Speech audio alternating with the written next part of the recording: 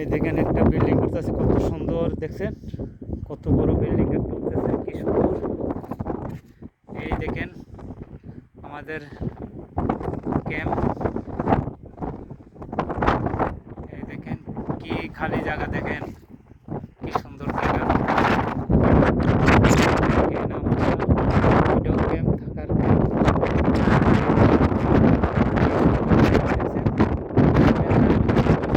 বেশি বেশি করে শেয়ার করবেন, দেখছেন